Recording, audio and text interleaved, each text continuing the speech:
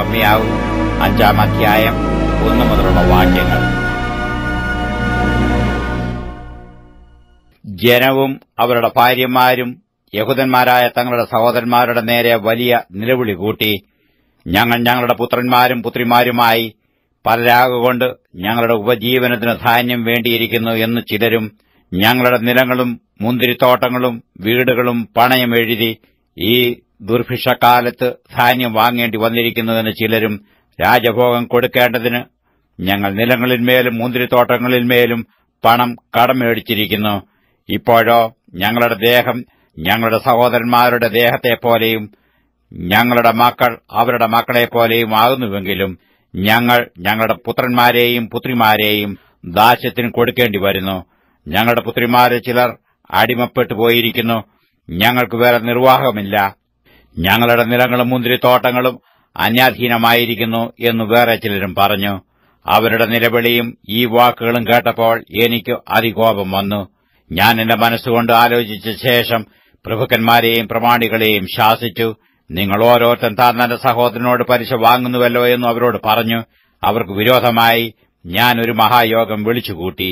ജാതികൾക്ക് വിറ്റിരുന്ന നമ്മുടെ സഹോദരന്മാരായ യഹൂദന്മാരെ നമ്മാൽ കഴിയുന്നിടത്തോളം നാം വീണ്ടെടുത്തിരിക്കുന്നു. നിങ്ങളോ നമ്മുടെ സഹോദരന്മാർ തങ്ങളെ തന്നെ നമുക്ക് വിൽപ്പാൻ തക്കവണ്ണം അവരെ വീണ്ടും വിൽപ്പിപ്പാൻ പോകുന്നുവോ എന്ന് ഞാൻ അവരോട് ചോദിച്ചു.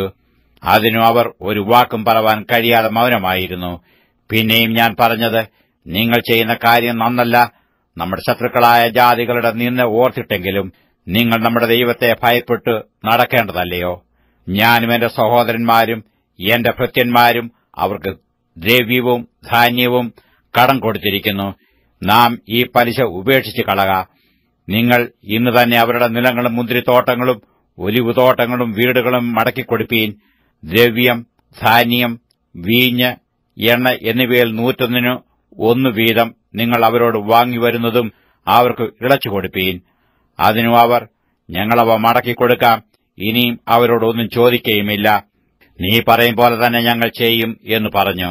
അപ്പോൾ ഞാൻ പുരോഹിതന്മാരെ വിളിച്ചു ഈ വാഗ്ദാനപ്രകാരം ചെയ്തുകൊള്ളാമെന്ന് അവരുടെ മുമ്പിൽ വെച്ച് അവരെക്കൊണ്ട് സത്യം ചെയ്യിച്ചു. ഞാൻ എന്റെ മടി കുടഞ്ഞു.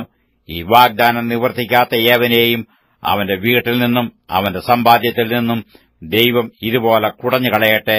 ഇങ്ങനെ അവൻ കുടഞ്ഞും ഒഴിഞ്ഞും പോകട്ടെ എന്ന് പറഞ്ഞു. സർവ്വസഭയും ആമേൻ എന്ന് പറഞ്ഞു യഹോവയെ സ്തുതിച്ചു. ജനം ഈ വാഗ്ദാനപ്രകാരം പ്രവർത്തിച്ചു. ഞാൻ യഹൂദാദേശത്തു അവരുടെ ദേശാധിപതിയായി നിയമിക്കപ്പെട്ട നാൾ മുതൽ അർത്ഥശഷ്ഠ രാജാവിന്റെ 20-ാം ആണ്ട് മുതൽ തന്നെ അവന്റെ 32-ാം ആണ്ടുവരെ 12 സംവത്സരം ഞാനും എന്റെ സഹോദരന്മാരും ദേശാധിപതിക്കുള്ള അഹോവൃത്തി വാങ്ങിയില്ല. എനിക്ക് മുമ്പേ ഉണ്ടായിരുന്ന പണ്ടത്തെ ദേശാധിപതികൾ ജനത്തിന് ഭാരമായിരുന്നു. 40 ശേക്കൽ വെള്ളി വീതം വാങ്ങിയതുകൂടാതെ അപ്പവും വീഞ്ഞും കൂടെ അവരോട് വാങ്ങി. അവരുടെ ഭൃത്യന്മാരും ജനത്തിന്മേൽ കർത്തൃത്വം നടത്തിവന്നു. ഞാനോ ദൈവഭയം ഹേതുവായി അങ്ങനെ ചെയ്തില്ല. ഞാൻ ഈ മതിലിന്റെ വേലിയിൽ തന്നെ ഉറ്റിരുന്ന് ഞങ്ങൾ ഒരു നിലവും വിലയ്ക്ക് വാങ്ങിയില്ല.